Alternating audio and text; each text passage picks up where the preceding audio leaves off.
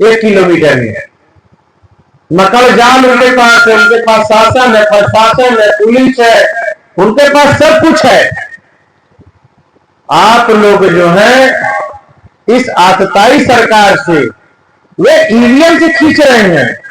सारे सर्वगुण संपन्न खड़े बड़े के आप सब लोग मासूम हो, आप सब लोग मासूम हो, पढ़े लिखे लोग हो, समझदारी से परिचय दो।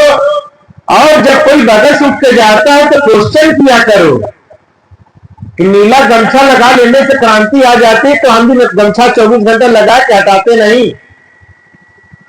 ये एनर्जी का प्रतीक है, लेकिन उस एनर्जी को बनाए रखने के लिए हमें विचारधारा की जरूरत पड़ेगी। भाई आपके अंदर जोर से विचारधारा नहीं है तो आप खुद पिट जाओगे।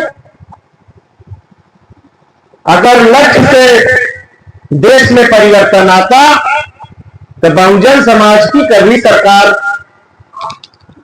नहीं जाती, हम लोग ले लेते। दिमाग से आएगा, संघर्ष से आएगा, बहुत सूझबूझ से आएगा। माननीय मसीहा कांसी राम साहब 1964 में अपनी नौकरी छोड़कर पूना से अनुसंधान अधिकारी पे छोड़कर पलट कर दोबारा नहीं गए। किसके लिए? हमारे आपके लिए। साहब ने नौकरी छोड़ी और अपनी मां को 27 पेज की चिट्ठी लिखी। 27 पेज की चिट्ठी में कई प्रतिज्ञा की, लेकिन जो मुख्य रूप से प्रतिज्ञा थी वो मैं 3-4 प्रतिज्ञा आप लोगों को बता दूं। साथियों, प्रतिज्ञा थी, अपनी मां को चिट्ठी लिखते समय माननीय मसीहा कांसी राम साहब कहते हैं कि मां, चूंकि उस समय कांग्रेस का विधायक था, उन्हीं की बेटी से माननीय मसीहा कांसी राम साहब की मंगनी हो गई थी।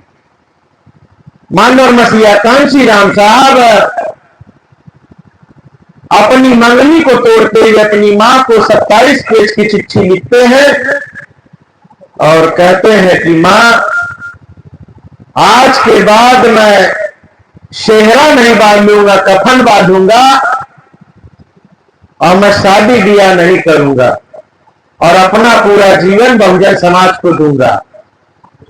और माननीय मसीहा कांसी राम साहब कहते हैं, दुनिया के किसी भी जगह, विश्व के किसी भी बैंक में और पूरी धरती पे किसी भी बैंक में मेरे नाम से 1 रुपया का खाता नहीं होगा और 3/6 तक की भी जमीन मेरे नाम से नहीं होगी। ये साहब की दूसरी प्रतिज्ञा रहती है। साहब कहते हैं कि मैं पूरा जीवन किसी के शादी ब्याह में नहीं जाऊंगा, किसी के मरनी करनी में मैं नहीं जाऊंगा और मैं अपना पूरा जीवन बहुजन समाज को तैयार कराने में लगाऊंगा। इस बात को बढ़ाते हुए माननीय मसीहा कांसी राम साहब कहते हैं कि मैं पूरा जीवन ब्रह्मचर्य का पालन करते हुए बहुजन समाज को हुक्मरान समाज बनाने की प्रतिज्ञा करते हैं। माननीय मसीहा कांसी राम साहब 64 के बाद आरटीआई में काम करते हैं 8-10 साल तक और उनके साथ जीवन में 2 बार घटना घटी थी। पहली बार जब डॉक्टर बाबा साहब का नाम वो जाने, तो जानने के बाद जिस व्यक्ति ने उनको किताब दी थी, उस किताब का नाम था एलिमिनेशन ऑफ कास्ट, जाति भेद का उच्छेद। उस किताब को माननीय मसीहा कांसी राम साहब रात भर में कई दर्जन बार पढ़े और सुबह उन्होंने सारी प्रतिज्ञा की थी। उसके बाद 8-10 साल बाद माननीय मसीहा कांसी राम साहब बाबा साहब की बनाई हुई पार्टी आरटीआई में काम कर रहे थे। एक दिन वहां पे कांग्रेस का नेता मोहनदारिया और आरपीआई का नेता गायकवाड़ गाटके धर्मशाला में प्रेस कॉन्फ्रेंस कर रहे थे। प्रेस कॉन्फ्रेंस क्या थी कि उस समय देश में 525 लोकसभा पूरे देश में चुनाव होता था सांसद का। तो उन्होंने किया क्या, दोनों प्रेस कॉन्फ्रेंस करके प्रेस वालों को बता रहे थे कि जो मेरे पूरे जीवन में बापू और बाबा साहब का आपस में दो नदी के किनारे पे नहीं मिलन हो पाया, आज उनके जाने के बाद हमने मिलन कर दिया। वो मिलन क्या था? वो मिलन था कि बापू 524 सीट पे लड़ेंगे और बाबा साहब 1 सीट पे लड़ेंगे। मानव मसीहा कांसी राम साहब घाट के धर्मशाला के बाहर दरवाजे पे सारा घटना देख रहे थे और देखते देखते उन्हें बहुत दुख हुआ कि ये जो लोग हैं जिनके भरोसे मैं बाबा साहब के मूवमेंट के लिए काम कर रहा हूं, बहुजन समाज को तैयार करने में मैं लगा हुआ हूं, ये तो बेचने वाले लोग हैं, इससे तो बिगड़ी बात नहीं आएगी और ये तो धोखेबाज टाइप के लोग हैं, ये तो अपने लिए सौदा करने वाले लोग हैं। मानव मसीहा कांसी राम साहब पूना से वहीं से वापस लौटे और गंगा जमुना की धरती के तरफ मानव मसीहा कांसी राम का हिंदी शासित प्रदेशों में रुख किया।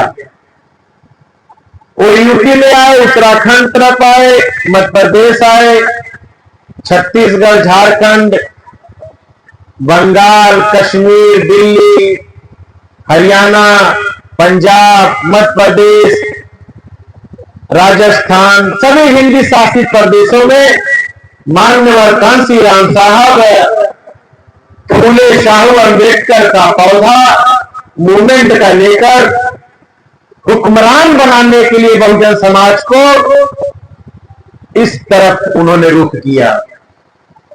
1978 में 6 दिसंबर 1978 को मानव मसीहा कांसी राम साहब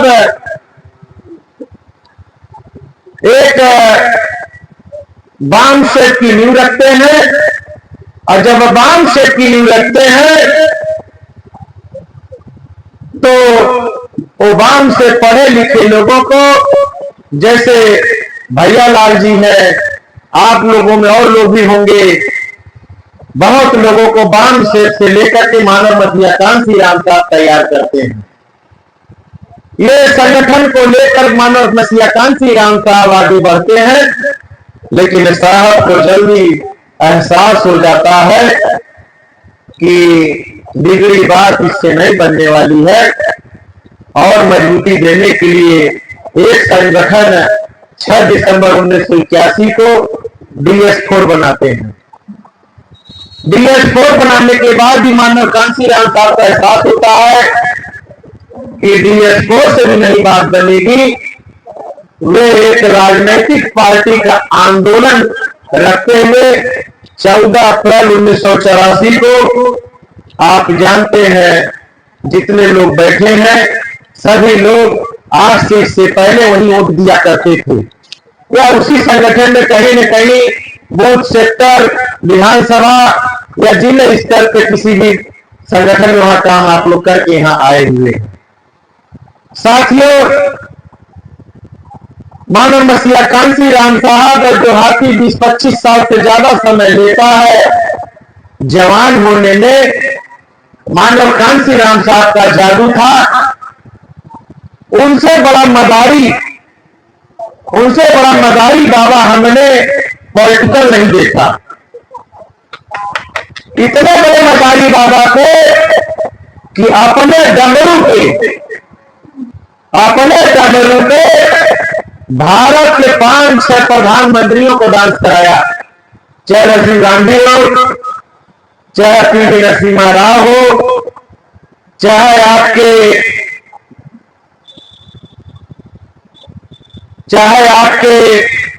चंद्रशेखर हो, चाहे आपके तमाम प्रधानमंत्री, चाहे वीपी सिंह हो, तमाम प्रधानमंत्रियों को, 8 दर्जन प्रधानमंत्रियों को अपने डंडे पे डालता है।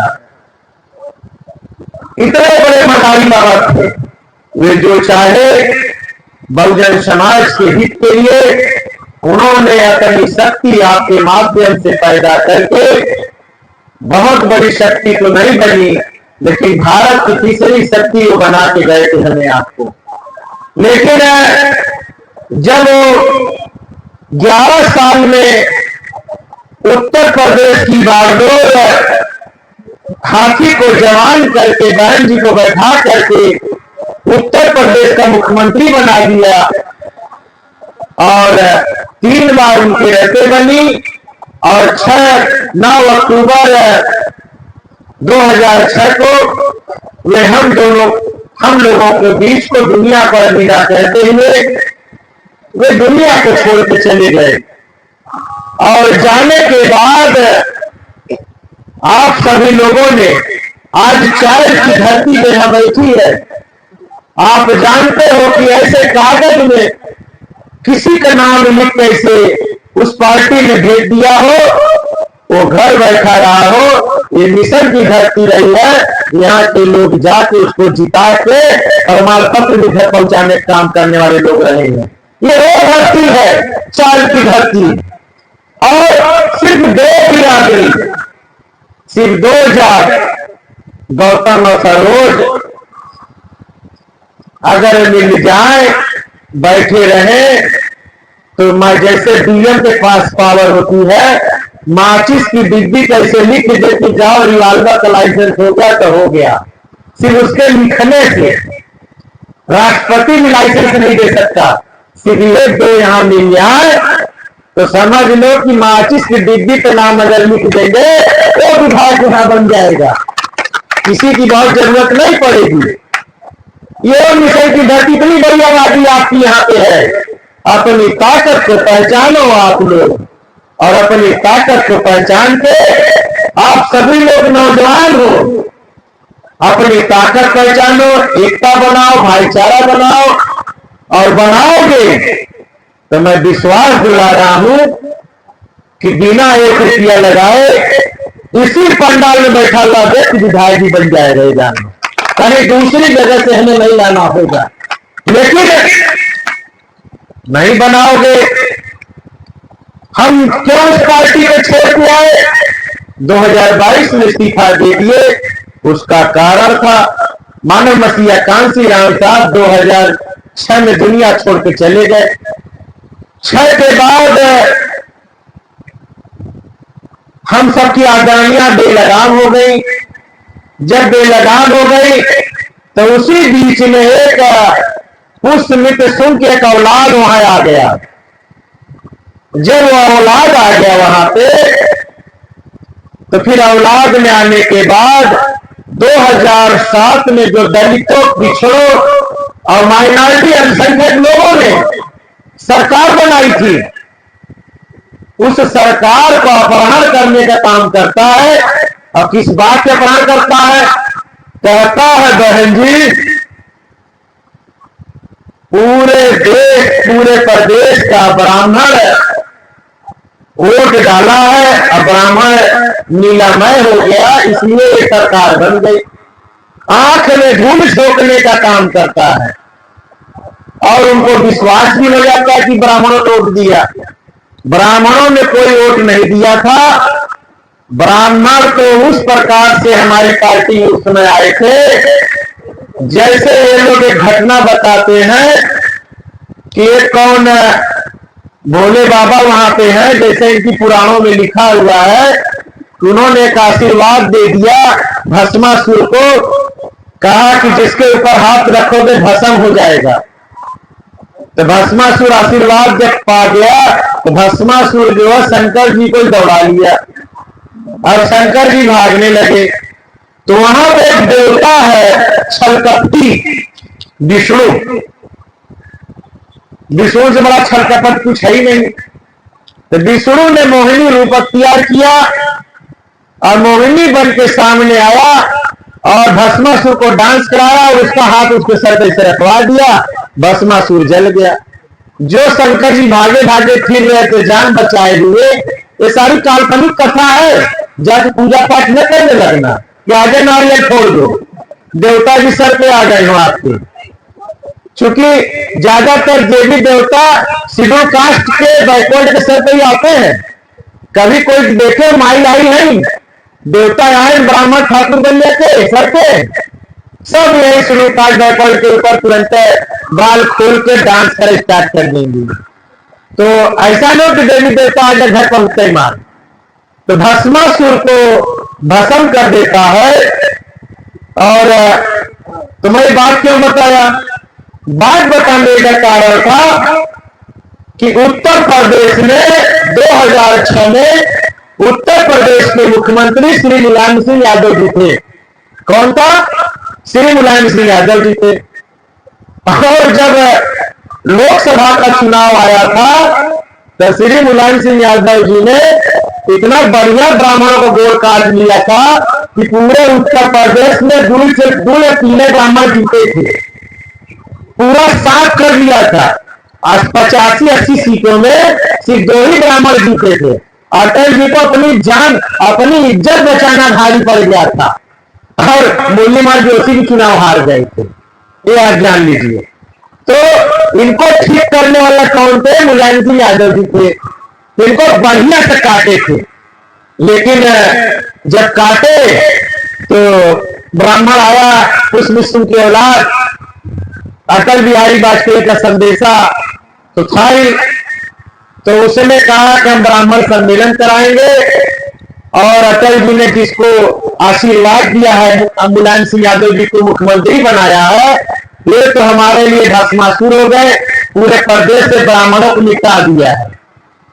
उसमें बड़े बड़े लोगों की हत्या हुई, पूरा प्रदेश जला, गुंडागर्दी चरम सीमा पे थी और कोई कंट्रोल नहीं था, ये हार गए। इन्होंने एक झूठ फरेब एक कहानी कही। कहानी क्या कही कि जो दलितों, पिछड़ों, माइनॉरिटियों ने बसपा वोट देके मानव मसीहा कांसी राम साहब को सच्ची श्रद्धांजलि देते हुए 2006 में वो अलविदा किए थे।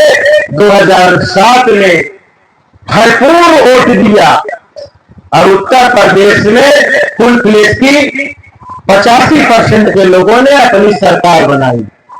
लेकिन इस सरकार का काम करने का काम एक झूठी साजिश, एक झूठ का रचना रच के जो रचना में बसपा की मुखिया को कैद कर लिया जाता है और कहा जाता है कि ब्राह्मण जो है वोट दिया है और साथियों गिनती गिनाते हैं।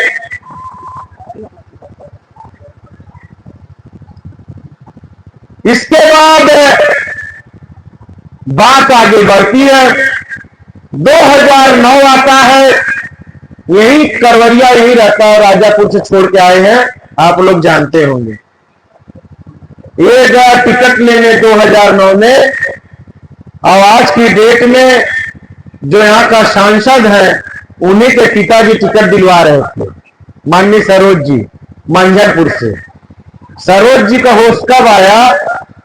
सरोज जी टिकट दिलवाने ले गए, जब टिकट दिलवाए तो सरोज जी खूब बढ़िया से पकड़ के ले गए थे कि हमारा मंझनपुर में हमें काम दिलाएंगे, वोट दिलाएंगे, हमें हमको जिताने में हमारा योगदान देंगे। ये बड़े लोग हैं जो हमारे समाज से आगे बढ़ जाता है, बहुजन समाज से, तो पूरे समाज को बेवकूफ समझता है। IAS हो जाएगा, PCS हो जाएगा, इंजीनियर हो जाएगा, डॉक्टर हो जाएगा, नेता हो जाएगा, यही से प्राप्त करेगा और प्राप्त होने के बाद फायदा अपर कास्ट को पहुंचाएगा, अपने लोगों को नहीं देता। लेकर टिकट दिला दिए लोकसभा का, तो बड़ी अटैची भर के ले गए थे। तो जब अटैची भर के लेके गए तो बहन जी ने के सामने रखे टिकट बदे। बहन जी ने कहा, पंडित मैं टिकट में पैसा नहीं लेती हूँ, मैं गवाह हूं इसलिए बता रहा हूं। ये पैसा अपना उठा और तू पैसा अपना ले जा, जाके सांसद बन जा, मेरी पार्टी को वोट लेके चुनाव जीत जा, और मैं यही समझूंगी कि तेरा योगदान पार्टी में मिल गया।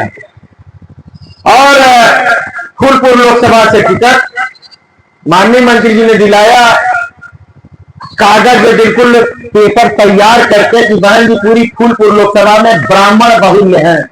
झूठ बोला, इन लोगों ने कम कारीगरी नहीं की है, बुरा ना मानिएगा, झूठ बोल करके। क्यों कि हस्तिनापुर अपना खतरे में नहीं रहना चाहिए। उन्होंने एक अच्छे कद्दावर नेता है, मैं उनका सम्मान करता हूं, लेकिन अगर वे लोग अच्छे से चले होते, वे जब तक राजनीति में बसपा में थे, इनकी हस्तिनापुर अपनी हस्तिनापुर की चिंता करते थे कि मेरी हस्तिनापुर सुरक्षित रहनी चाहिए, अपनी हस्तिनापुर सुरक्षित रहे, चाहे महाभारत भले हो जाए। और उस महाभारत में 1,45,000 वोट पाया होगा, चुनाव जीत गया। बसपा के इतिहास में सबसे कम वोट पा करके सांसद बनने वाला ये पंडित जी थे। इससे पहले हमने तुलसीराम यादव जी को लड़ाया, तमाम लोग को लड़ाया, सब बड़ी ज्यादा वोट पाए, लेकिन ज्यादा वोट पा के हार गए। ये कम वोट पा करके जीत गए।